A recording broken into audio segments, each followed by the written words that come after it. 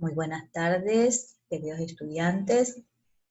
Vamos a ver en esta tarde la clase sobre andrología, bueno, que básicamente tiene que ver con todos los cambios, tanto biológicos que existen a nivel del aparato reproductor masculino, así como también las diversas patologías que pueden ocurrir durante el periodo de la adolescencia, dado los cambios hormonales que existen. Tal es así, vamos viendo, aquí vemos el aparato reproductor masculino, que tiene tanto órganos genitales externos como órganos genitales internos. Entonces podríamos ver aquí nosotros, y cada uno pues tiene su función, y básicamente ellos intervienen en lo que es la reproducción.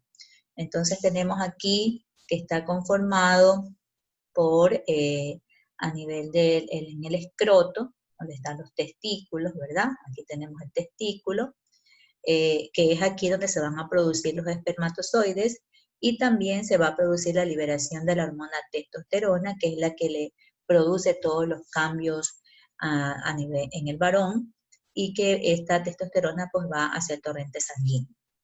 Tenemos otra estructura que es el epidídimo, que está aquí en la parte superior del testículo, que está compuesto por cabeza, cuerpo y cola.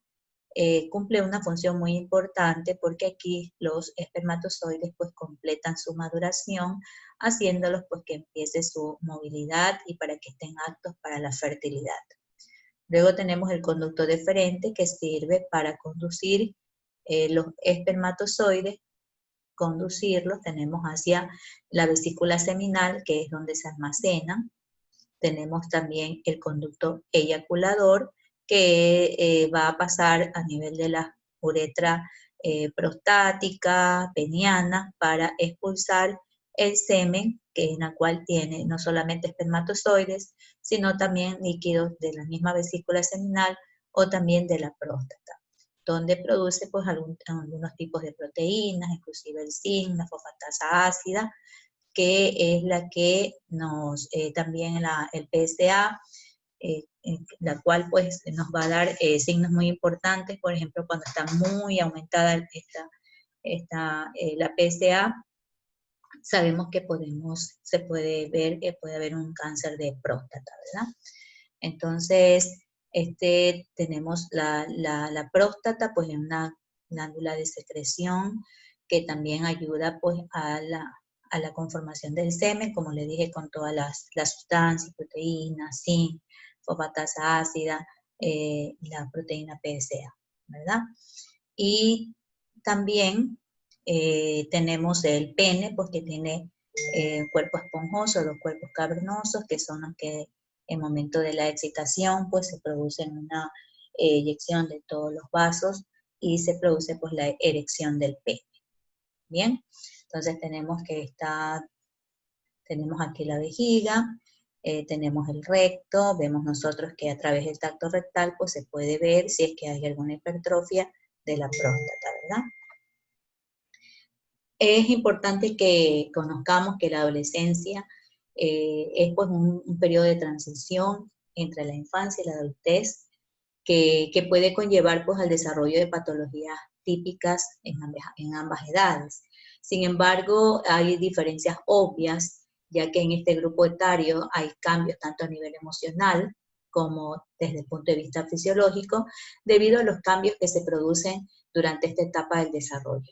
Sabemos que se activa el eje hipotálamo, hipófisis y gonadal, entonces se produce la NRH, que va a producir la FSH, la LH, que a su vez por medio de un mecanismo de retroalimentación positiva estimula a los testículos para la producción tanto de los espermatozoides como de la testosterona por las células de Leydig, ¿verdad? Entonces, es importante que en este periodo nosotros también enseñemos a los adolescentes, a los varones, a conocer también sus órganos genitales para que puedan lograr diferenciar entre algún proceso normal o algo de patología que puede ocurrir justamente por el aumento muchas veces brusco de la hormona y los cambios que se dan en esta etapa. Entonces, debido entonces a los cambios hormonales que existen en esta etapa, pueden haber también muchos cambios a nivel genitudinario en los que puedan generar en los adolescentes muchas dudas e incertidumbres. Entonces, la propia sensibilidad de este aparato asociado muchas veces al pudor o a la vergüenza o a tratar determinados temas con sus padres o con los docentes o los maestros puede conllevar a retrasos diagnósticos. Por todo ello, pues es importante que se conozca cuáles son las características normales del aparato genital masculino del adolescente y cuáles son las patologías urológicas más frecuentes, porque esto nos puede ayudar a disminuir la ansiedad del paciente, así como a realizar un diagnóstico más precoz. Además también en esta etapa pues se reafirma muchas veces su orientación sexual y son factores que aunque no son determinantes para ciertas patologías son primordiales a la hora de enfocar aspectos tan importantes como por ejemplo a la hora de hacer una buena historia clínica. Como siempre les digo, primero hay que hacer una buena historia clínica haciendo las preguntas indicadas para poder hacer un buen diagnóstico y otorgarle pues a nuestros pacientes las medidas preventivas. Es imprescindible pues crear un ambiente favorable en el que el paciente nos pueda expresar con toda comodidad cuáles son las posibles inquietudes en este aspecto. Entonces, sabemos que en el inicio de la pubertad, el varón, pues, más o menos, decíamos nosotros, que empieza esto en los varones entre los 9 a los 14 años, más o menos en torno, él tiene una media de los 11 años. Este proceso conlleva, pues, a cambios secuenciales que pueden evaluarse mediante la escala de madurez de Tanner, y que incluyen respecto a los genitales externos, la gonadarquia o el crecimiento testicular, en la cual el volumen testicular pues aumenta desde los 4 ml hasta los 12 a 25 ml, y esto muchas veces se mide con un orquidómetro, y más o menos ya nosotros vemos que la longitud del eje mayor va a ser de 4 a 6 centímetros al final del desarrollo. También lo primero, entonces vemos el primer cambio es el aumento del volumen testicular, luego viene, ya cuando vemos el aumento del volumen testicular, pues entonces decimos que está en un estadio 2, y posteriormente cuando ya hay cambios en el pene, pues ya estamos en un estadio 3, hay crecimiento del pene tanto en longitud como en diámetro. Y también hay el crecimiento del vello púbico, o también llamado pubarquia, y se presenta la primera eyaculación o espermarquia. Estos cambios pues son motivo de inquietud. Hay una tendencia muchas veces a infravalorar, podríamos decir, estas preocupaciones en el ámbito clínico, por lo que es importante, además de realizar un buen examen físico de los genitales, que debe constituirse la parte de rutina de la evaluación en una consulta, se debe crear pues un ambiente cómodo en el que poder preguntar acerca de estos cambios que está notando el adolescente. Entonces, ahí podemos notar nosotros que, por ejemplo, hay que enseñarle que hay ciertas alteraciones que pueden ser fisiológicas, ciertas alteraciones en esta etapa de la vida consideradas fisiológicas. Por ejemplo, tenemos la ginecomastia, que ya dijimos en una clase anterior que puede afectar hasta el 70% de los varones, puede ser uni o bilateral, y sobre todo en pacientes obesos, en la cual se puede demostrar o evidenciar una pseudoginecomastia. Este tiende a la resolución espontánea más o menos en 1 o 2 años, y hay que normalizar el proceso informando de la alta frecuencia de dicha alteración a esta edad, y que más o menos hay que esperar muchas veces que en 1 o 2 años ya espontáneamente se resuelva. De lo contrario, si no sucede, pues se procederá a una cirugía estética. También otra cosa son las pápulas perladas que se pueden ver así al nivel del glande. Son unas pequeñas protuberancias que pueden medir entre 1 o 3 milímetros, que están localizados en la corona del glande. Se encuentran hasta en un 20% de los adolescentes, y su aparición no está relacionada ni con la higiene personal o con la actividad sexual. Y estas pápulas perladas no requieren ningún tipo de tratamiento. Muchas veces se las puede confundir con condilomas, entonces hay que hacer un buen examen físico para poderle hacer el diagnóstico. Otra de las preocupaciones de los adolescentes es el tamaño, la forma del pene. Siempre tenemos que decirle que no todos tienen no a todos los adolescentes se les presenta en una misma edad todos estos cambios, porque como dijimos, entre los 9 y 14 años, unos son maduradores tempranos, otros son maduradores tardíos, entonces a veces son de la misma edad, por decir 11, 12 años, uno se puede notar que su tamaño de pene es mucho más grande y el otro todavía no, entonces esto puede generar cierta ansiedad y por tanto pues a veces ni siquiera lo dicen a los padres y esto les puede inclusive producir una baja autoestima. Entonces por eso siempre los proveedores de salud, los docentes, los papás siempre tienen que indicar que los adolescentes en la misma edad a todos juntos no se les presenta igual, unos maduran antes y que otros maduran después. Algunos adolescentes pueden presentar percepciones erróneas del tamaño o la forma normal del pene, especialmente cuando han sido expuestos a veces a material de pronto pornográfico que les enseñan el pene y dice, bueno, yo no tengo este tamaño. Entonces esto hace que genere cierta ansiedad, como les dije. Entonces hay que restar importancia al tamaño o a la forma del pene para la satisfacción o la función sexual normal. Como referencia, la longitud media del pene en flacidez es de 8.9 centímetros con un amplio rango de entre 5 a 15.5 centímetros, mientras que la media del pene en erección es de 15 centímetros, un rango entre 11.4 y 19 centímetros, sin que exista relación entre ambos estados. Y se considera micropene aquel pene que en erección es menor a 7 centímetros.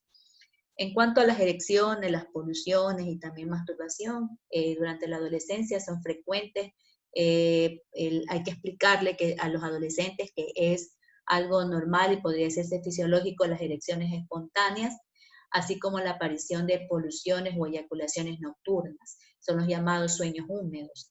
Hay que normalizar estos procesos reafirmando su carácter transitorio y que además de considerar la masturbación como una actividad común dentro de la exploración propia de la sexualidad en los adolescentes, puede ser imprescindible.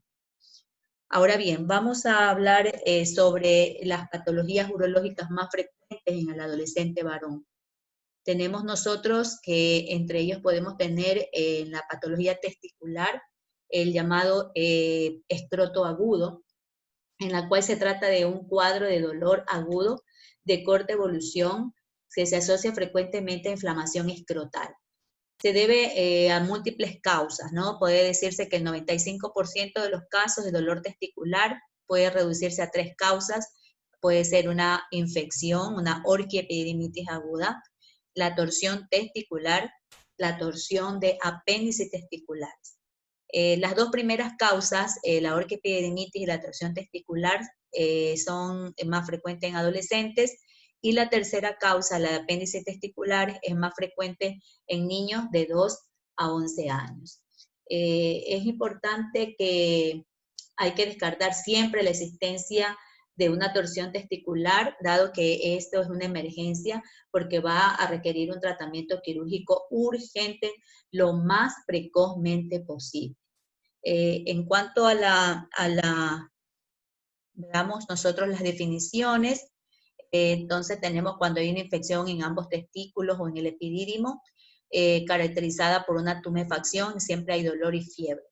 Y la torsión testicular se refiere a una rotación axial del cordón espermático sobre sí mismo, de que puede ser de forma total o parcial y que provoca un dolor intenso de aparición brusca en el escroto y en su contenido con irradiación ascendente inguinal o abdominal. Hay una tumefacción escrotal y ocasionalmente puede haber náuseas y vómitos. Generalmente podríamos decir que es una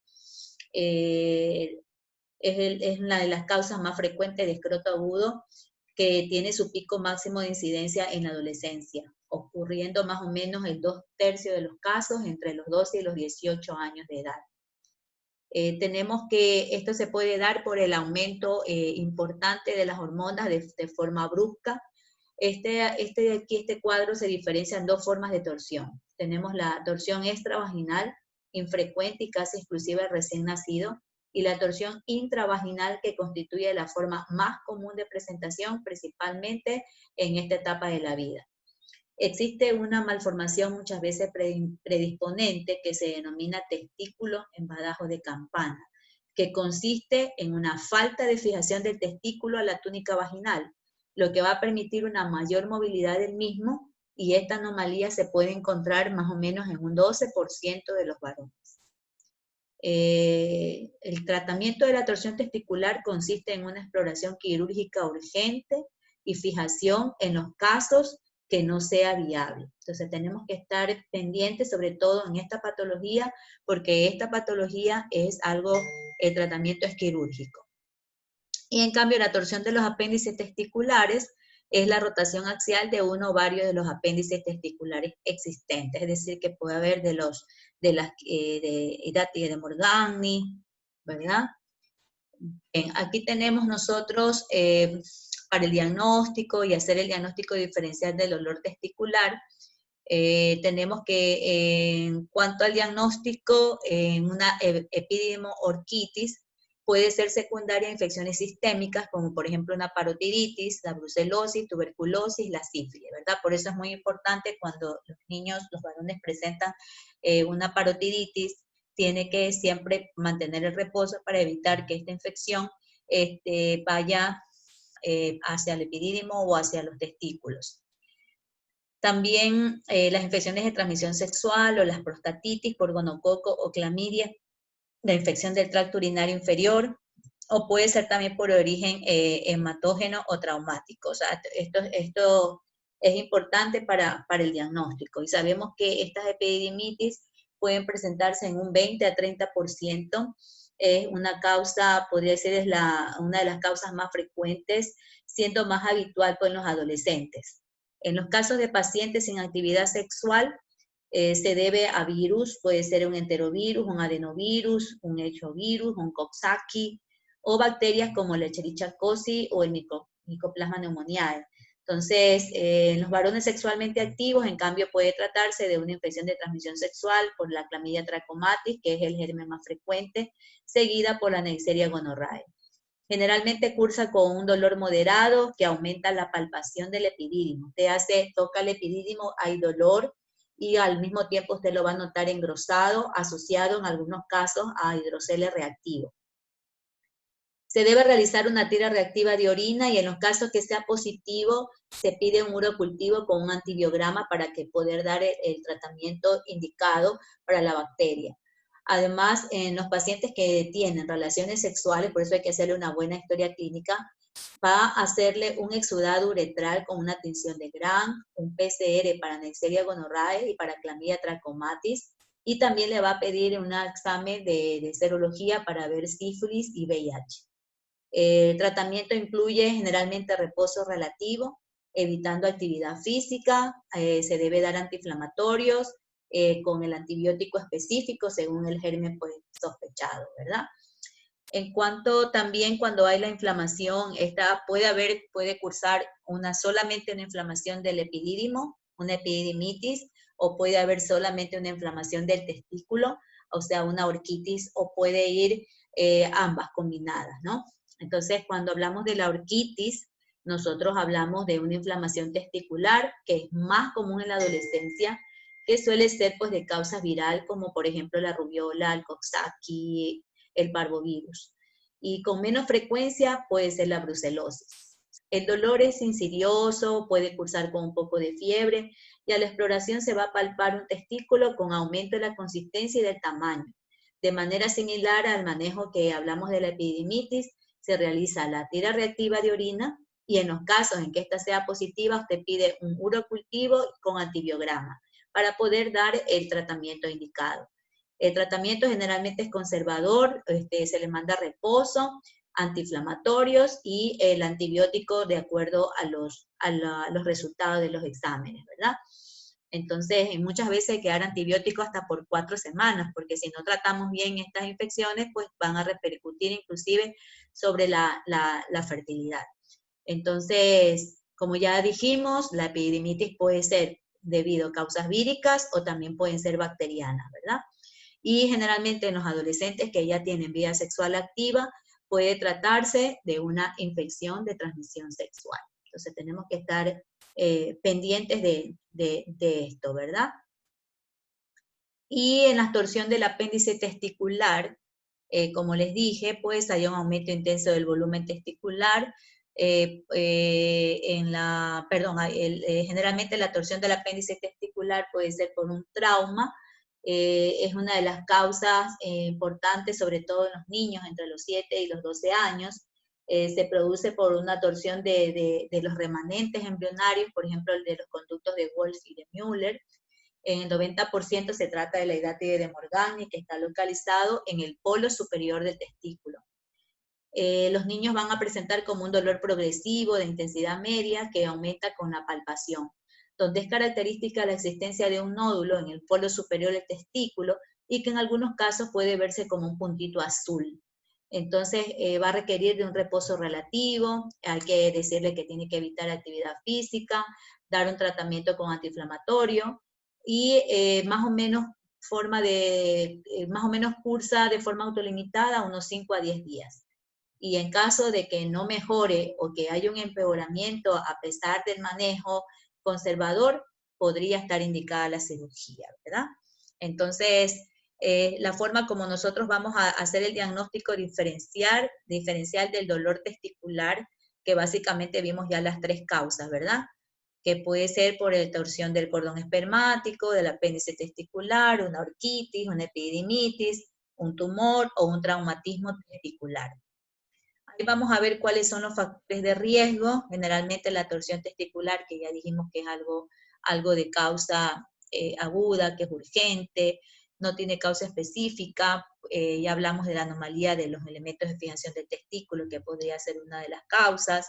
El aumento intenso también del volumen testicular por el crecimiento puberal, cuando hay aumento de la actividad física o algún trauma con un proceso inflamatorio severo. En la epididimitis o orquitis, generalmente los factores de riesgo son, ya hablamos que hay causas bien sea virales o bacterianas, ¿verdad? Y en la torsión de apéndice testicular, generalmente es por trauma. Ahora, para diferenciar, vamos a ver de acuerdo al dolor, a la forma de aparición en la torsión testicular, es agudo, es súbito y no está relacionado con trauma u otra causa, como si lo es, por ejemplo, la torsión de apéndice testicular, pero el dolor es agudo, pero es gradual. En cambio, también en la epididimorquitis, el dolor es gradual. ¿Dónde va a estar localizado el dolor? En la torsión testicular, en los testículos, se irradia escroto a las ingles y al hemiatomo. Y en la epididimorquitis, el dolor primero está en el epidídimo, y luego testicular, y luego abdominal. Esa va a ser su irradiación. Y en apéndice testicular, generalmente, como dijimos, se ve como un puntito azul en la parte superior del testículo, ya porque está el apéndice, hay una rotación del apéndice, como la hidátide de Morgagni principalmente. Y a veces en el apéndice también puede haber a nivel del testículo, ¿verdad? Veíamos que en la torsión testicular puede está acompañado de vómitos, en la torsión de apéndice testicular es ocasional, en la infección del epididimo y testículo no hay. Asimismo, disuria, ni disuria, ni descarga uretral, ni fiebre no vamos a ver en la torsión testicular. Lo que sí vamos a ver en la epididimorquitis, vamos a encontrar molestias urinarias, porque a veces puede ser por una bacteria, por una infección de vías urinarias. La descarga, vamos a tener a veces descarga uretral cuando se trata, por ejemplo, por una ITS, y generalmente va a haber fiebre. En cambio, en la torsión de apéndice testicular, de repente puede haber vómitos, rara vez hay molestias urinarias, no hay descarga uretral, no hay fiebre tampoco. Al examen físico, pues ya también ahí vemos las diferencias y que también ya hemos hablado, cómo hacemos la diferencia entre estas 3 patologías, ¿verdad? Los exámenes complementarios que debemos pedir para hacer el diagnóstico diferencial, pues nos va a servir una ecodoppler, nos va a servir una ecografía testicular, la centellografía testicular, la biometría hemática. Generalmente, cuando es por infección, nos va a dar signos de infección en la epididimitis burkitis, y también es importante la transiluminación testicular, en la cual cuando es algo sólido, pues no transilumina, y cuando hay, normalmente tenemos nosotros que en la torsión de apéndice testicular da el signo del puntito azul que les decía, que está en la parte superior del testículo, y tenemos que en la torsión testicular no transilumina, y cuando hay la epididimorquitis puede ser normal o puede ser tumefacto. Entonces tenemos que estar pendientes de cuando nosotros hacemos la buena historia clínica, hacemos el examen físico para localizar el dolor, y también tenemos que pedir los exámenes para nosotros poder completar nuestro diagnóstico, ¿verdad? En cuanto al tratamiento, ya decíamos que la torsión testicular es quirúrgico inmediato porque es una urgencia, por eso tenemos que rápido, inmediatamente hacer el diagnóstico, ¿verdad? En la epididimorquitis, pues tenemos que disminuir la actividad física, dar antiinflamatorios, podemos usar el ibuprofeno y antibióticos según lo que nos dé el resultado de los cultivos, ¿verdad? Y lo mismo cuando es torsión de apéndice testicular, tenemos que estar en un tratamiento, en reposo en cama, se da antiinflamatorios, se revalúa más o menos en 5 días, debe haberse resuelto, y muy pocas veces va a necesitar un tratamiento quirúrgico. Bien, tenemos también nosotros que hay otras patologías inguinoescrotales, podríamos decir, en la cual una de las es el hidrocele, que es la acumulación de líquido peritesticular en la túnica vaginal. El hidrocele en la adolescencia suele ser secundario a procesos infecciosos, a traumatismos, a torsiones o a neoplasia. Entonces hay que estar pendientes, ¿no? Y este hidrocele, pues, la causa más común de hinchazón escrotal no dolorosa, y que puede ser congénito o puede ser adquirido. Entonces, la consistencia blanda, hay una transiluminación positiva. En el adolescente es importante descartar procesos subyacentes basándose en una buena historia clínica, en un buen examen físico, incluso a veces con pruebas de imagen, que decíamos la ecografía escrotal es muy importante, y se recomienda valoración por urólogo pediatra porque a veces puede requerir un tratamiento quirúrgico. Hay casos de hidrocele de tipo secretor, en la cual la intervención consiste en hacer una resección parcial de la túnica vaginal con eversión de la misma. Entonces tenemos que estar pendientes, ¿no? Tenemos también nosotros el hematocele, que es la acumulación de sangre en el espacio entre las capas parietal y visceral, generalmente de origen postraumático. Tenemos el piocele, que es la acumulación de pus en el espacio existente entre las capas parietal y visceral de la túnica vaginal que reviste el escroto. Tenemos el espermatocele, acumulación de líquido que se presenta pegado o dentro del epididimo cerca del vértice del testículo. Si es menor de 1 centímetro no va a requerir extirpación. Tenemos también nosotros el varicocele, que se trata de una dilatación varicosa de las venas del plexo pampiniforme. Puede tener una prevalencia hasta el 15% en los varones adolescentes. Se encuentra en el lado izquierdo en la mayoría de los casos, en un 90%, por encima del testículo, como se ve así como que fuera una bolsa de gusanos, que a veces puede aumentar con las maniobras de Valsalva.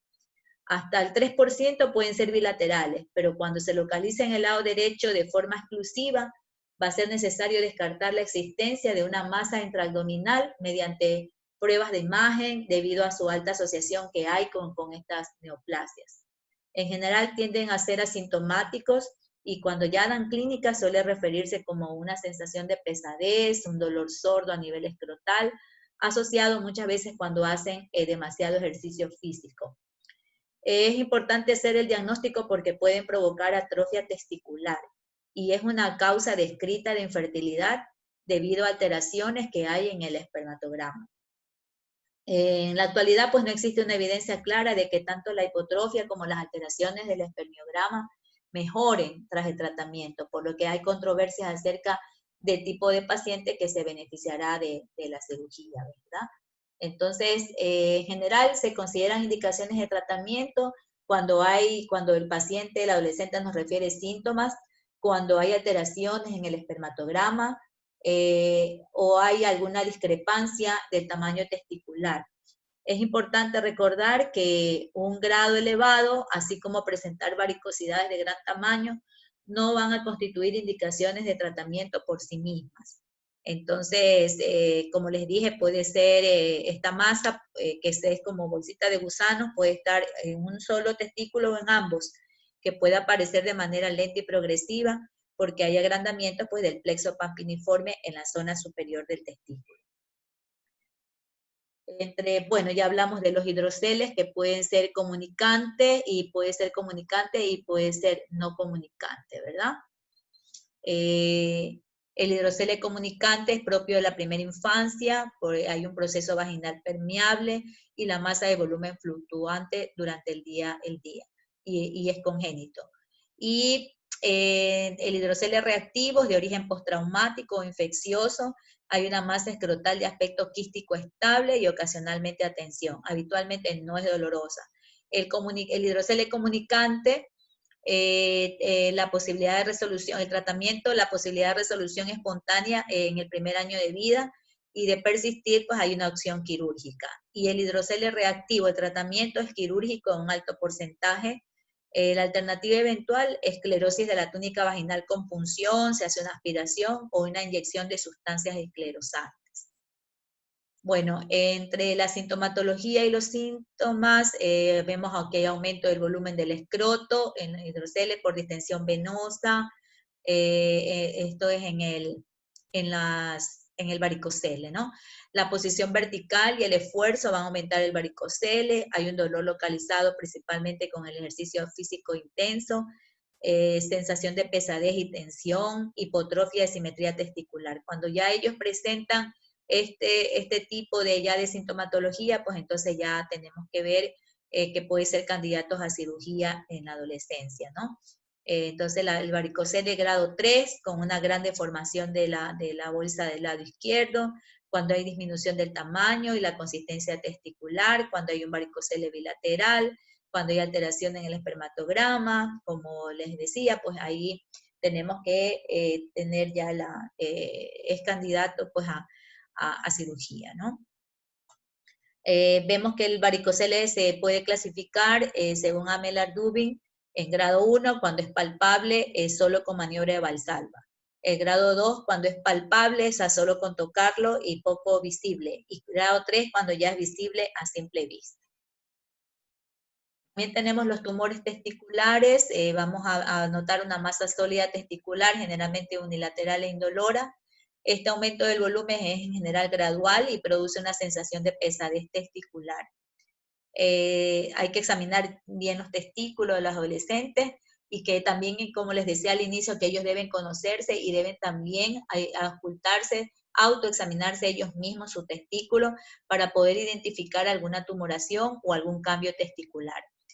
Generalmente puede ser no tocarse un tumor sólido, indoloro, puede estar en solo lados, una masa firme, lisa, sospechosa si es que la transiluminación es negativa. Es importante realizarse una ecografía en la cual pues vamos a ver sobre todo si es sólido, ¿verdad? Pedir marcadores tumorales como la alfa-fetoproteína fetal y la fracción beta de las gonadotrofinas. Una TAC abdominopélvica para ver si es que no hay no es invasivo, una radiografía de tórax igualmente. El diagnóstico final, a lo que ya se saca pues el nódulo, se hace la biopsia y ese es el que nos va a dar el diagnóstico final si es algo benigno o maligno. O sea, es importante el estudio histopatológico de la pieza. El tratamiento, cuando notemos estas masas, pues hay que valorar urgentemente el especialista. La exploración testicular vía inguinal y orquiectomía radical es lo que va a hacer, el tratamiento coadyuvante postquirúrgico, que muchas veces va a necesitar quimioterapia, radioterapia, según lo que nos haya dicho la histopatología, ¿no? Si es un seminoma o es una masa no seminomatosa, ¿no? Que se necesita quimioterapia. Entre el diagnóstico diferencial de las masas testiculares no dolorosas, pues tenemos nosotros la neoplasia, la hernia inguinal indirecta, hernia inguinal directa, los hidroceles. Ahí podemos ver en el cuadro, pues vamos viendo de acuerdo a la localización, a la etiología, los síntomas, el examen físico va a ser el tratamiento, ¿verdad? El manejo generalmente vamos a nosotros, cuando es una neoplasia, como ya les dije, bueno, vamos a pedir una ecografía, el laboratorio vamos a pedir los marcadores tumorales, pedimos TAC de abdomen, una radiografía, y el tratamiento también ya lo hablamos. Lo mismo cuando se trata de las hernias inguinales, consiste pues en la salida de contenido abdominal a través de un conducto peritoneo vaginal permeable. Se puede presentar como una masa firme inguinal o inguinoescrotal que no transilumina. Entonces ahí nosotros vamos a ver en el diagnóstico diferencial, ¿verdad? Siempre vamos a tener un anillo. Y va a requerir tratamiento quirúrgico debido al riesgo de que se puede encarcerar. En el caso de encarceración, la reducción debe realizarse de forma urgente, de manera manual o mediante cirugía. Entonces, eso es lo más importante. Bueno, el hidrocele también ya conversamos. El espermatocele también, y tenemos el varicocele que también ya hablamos. Entonces, aquí tenemos un cuadro en el cual, pues, nosotros vamos a hacer un flujograma de cuando se palpa una masa testicular, vamos a ver si es dolorosa, si no es dolorosa. Si es dolorosa, hay que investigar si hay una secreción uretral, porque si es secreción uretral, también podemos pensar que está acompañado de una epididimitis, ¿verdad? Tenemos que palpar el epidídimo y también ver el polo superior, a ver si es que hay dolor.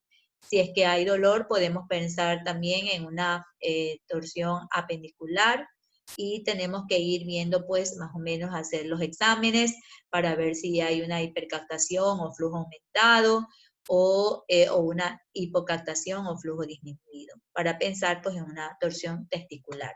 Entonces, si no es dolorosa la masa, si vemos que es una masa firme, entonces pensamos en una neoplasia. Si no es una masa firme y transilumina, podemos pensar en un hidrocele. Si no transilumina, pues hay que ver si aumenta con Valsalva, entonces puede ser un varicocele. Si transilumina, pues vemos nosotros también que puede ser un hidrocele o puede ser un espermatocele. Entonces, más o menos ese es el recorrido, ¿no? Si nosotros vemos que es la masa dolorosa, y vemos una secreción uretral. Si no hay secreción, el dolor es localizado. Si no hay un dolor localizado, podemos pensar en una parotiditis, ¿verdad? Si vemos que hay una parotiditis, entonces se trata de una orquitis. Y ahí tenemos que pedir el centellograma o Doppler, y de acuerdo al resultado, pues vamos nosotros a pensar en una torsión apendicular o en una torsión testicular. Y si no hay parotiditis, pues igual nos vamos al centellograma para ver, o el Doppler, para dirigirnos de acuerdo con esto, si hay una hipercaptación o hay una hipocaptación, y de acuerdo a eso dar el diagnóstico. Ya sabemos nosotros que la torsión testicular es un cuadro que amerita de emergencia y que amerita ser tratado quirúrgicamente de inmediato. Bueno, siempre que veamos patologías escrotales, hay que preguntar si hay dolor, si hay molestia en el área escrotal, si es ambos testículos o en su sitio, si nota diferencia en el tamaño, ver el color, aumento del volumen, si hay traumatismo, si tiene actividad sexual, que si tiene secreción uretral, por eso siempre hay que hacer una presión sobre el glande, si se trata de una infección viral, si hay presencia de prurito, ver en los exámenes ausencia de testículos, si hay un testículo más alto, doloroso, o horizontalizado que nos hace sospechar una torsión, palpar el epidídimo, el cordón espermático, al elevar el escroto, si el dolor disminuye, pensamos en una orquitis o si persiste en una torsión. El cordón varicoso en el cordón espermático izquierdo, por lo general, puede ser bilateral, pero por lo general es más frecuente en el izquierdo. Consistencia y adherencia de la tumoración al escroto, una transiluminación positiva, un hidrocele o espermatocele, o si es negativa, pensar en un tumor. La auscultación de ruidos hidroaéreos puede hacernos sospechar de una hernia inguinoescrotal, una adenitis inguinal. Siempre nosotros tenemos que igual hacer ciertas determinaciones, por ejemplo, si no hay problemas de alguna trisomía, una trisomía 13, 18, 21, también en una criptorquidia. Tenemos que pensar nosotros en la criptorquidia, que es la ausencia de al menos uno de los testículos en el escroto. Afecta a un 3 a 9% de los varones nacidos a término y generalmente el tratamiento es quirúrgico y se realiza al año de vida. Sin embargo, existe una proporción no despreciable de varones que pueden llegar a la adolescencia sin haber recibido ese tratamiento. Entonces puede deberse a un ascenso tardío de testículos desde la bolsa escrotal durante el crecimiento como consecuencia de una mala fijación, de la existencia de un proceso peritoneo vaginal permeable o de la presencia previa de testículos retráctiles. Entonces, otro de los motivos podría también deberse a la falta de derivación para valoración por el urólogo pediatra, con la esperanza de que se produzca un descenso espontáneo. Pero el descenso testicular se puede completar durante los 6 primeros meses en los nacidos a término y se puede esperar hasta el año en los prematuros. El tratamiento de los testículos palpables consiste en la orquidopexia.